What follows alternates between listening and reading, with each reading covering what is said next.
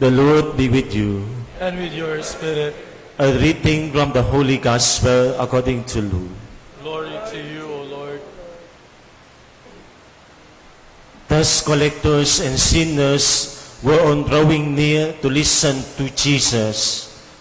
But the Pharisees and the scribes began to complain, saying, "This man welcomes sinners and eats with them."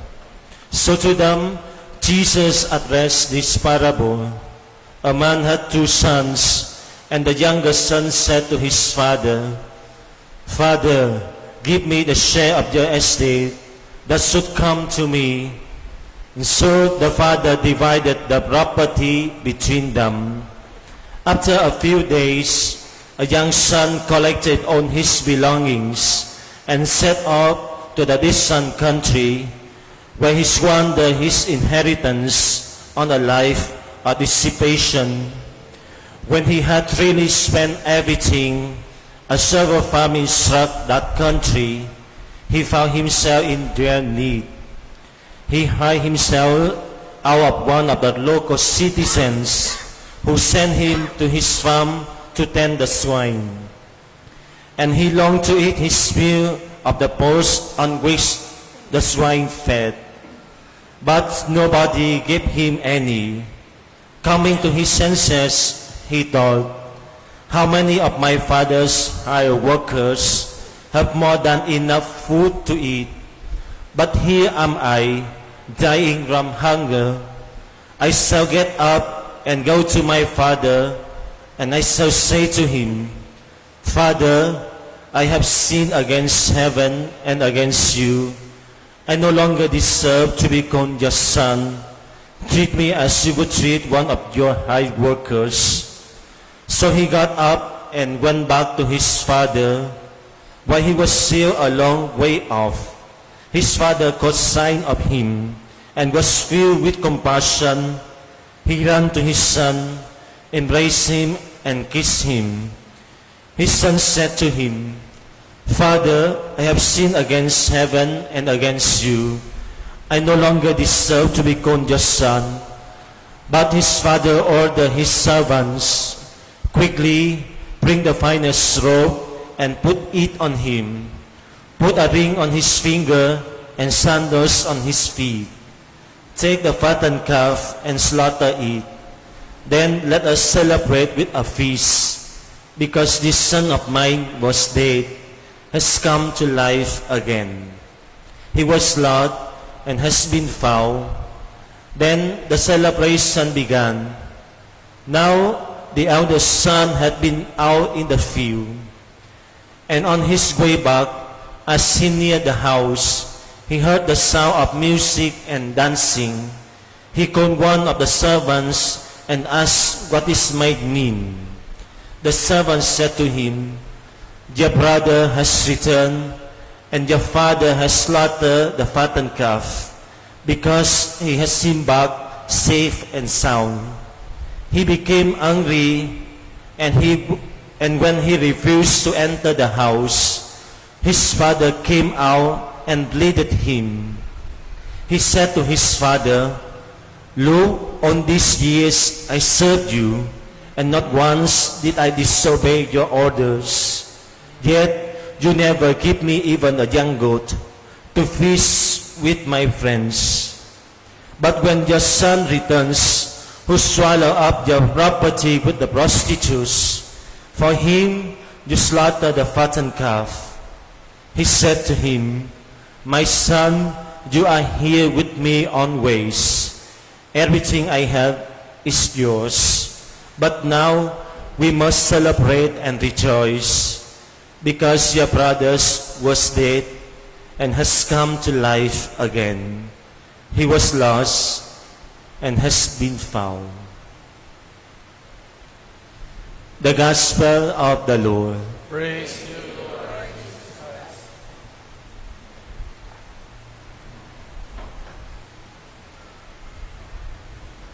Good morning po sa inyo lahat.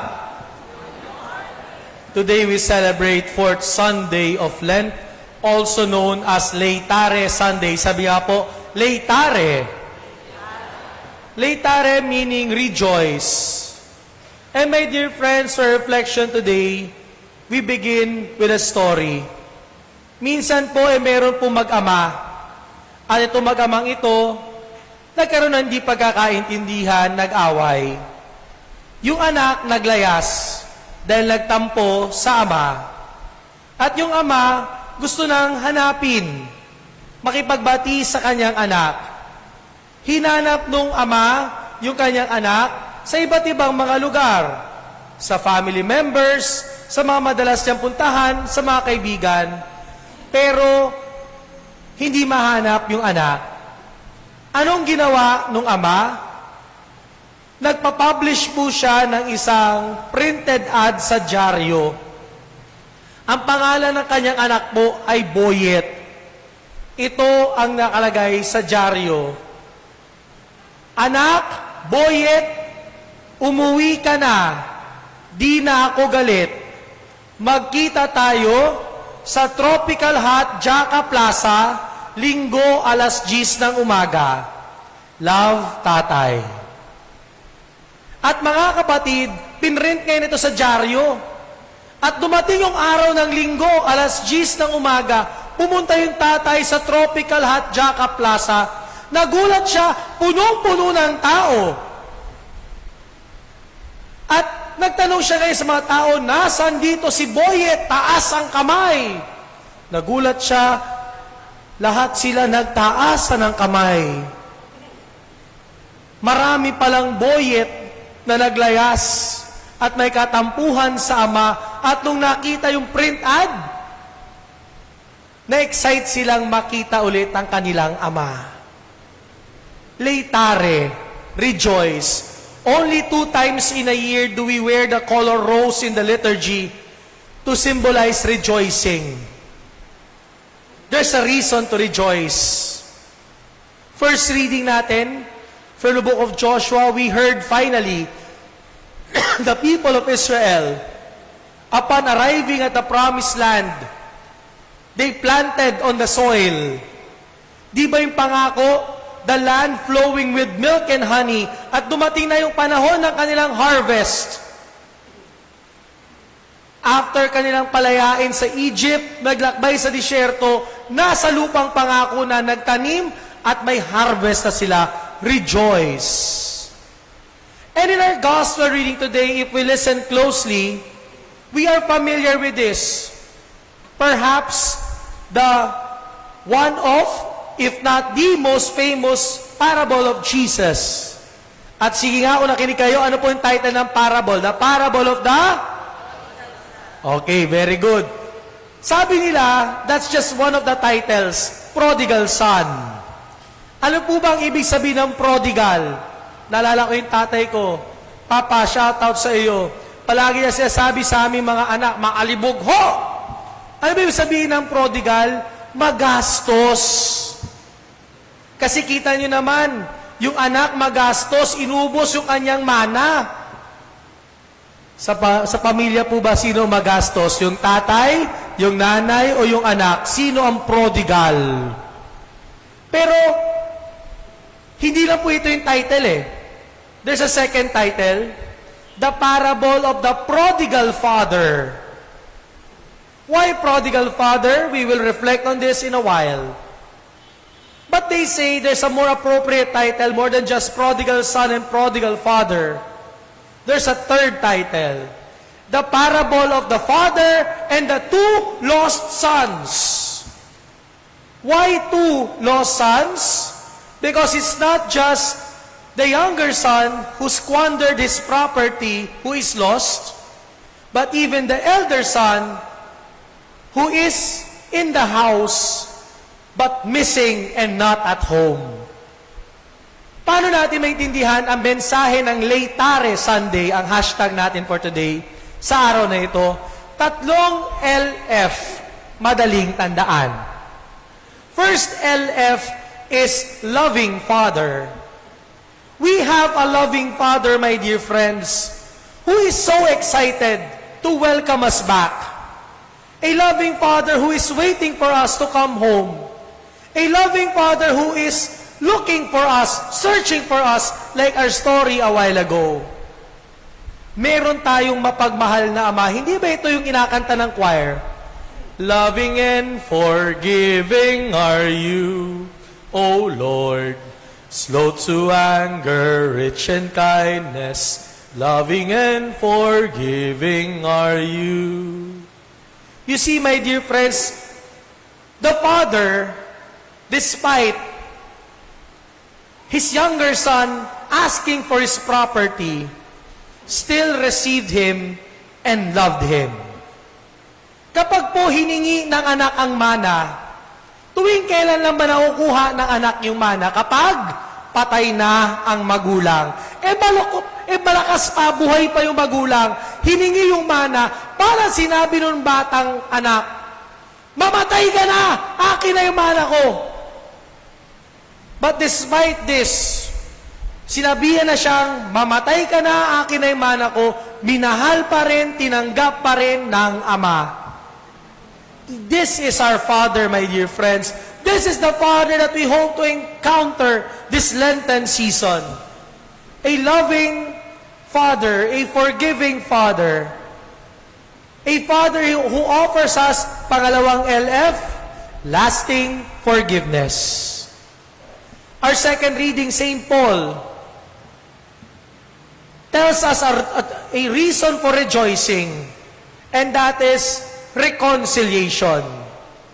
A gift that we hope to receive this Lenten season. Kaya po, mananawagan po ako sa inyo. April 9, holiday, 7 p.m., meron po tayong kumpisalang parokya. Tinapat ko na po ng holiday para marami makapunta. Ginawa ko rin pong gabi para hindi mainit. Kung hindi pa tayo nakakapagkumpisal, kung ang last nating kumpisal, nung tayo ay elementary pa, nung First Communion, high school pa, nung kumpil, nung kayo ay kinasal 20 years ago, before pandemic pa, please, magkumpisal. The best gift that we could receive this Lenten season is the gift of reconciliation, lasting forgiveness. And our God is so excited to welcome us back. Maraming natatakot magkumpisal kasi mapapagalitan daw po ni Father. Pero kami po, tinrain po kami, siguro kami mga bagong pare, na huwag mong pagalitan ang nangumpisal kung sakaling matagal siyang hindi nakapagkumpisal. Instead, let that person feel welcomed, feel loved, feel accepted sa kabila ng lahat. Lasting forgiveness.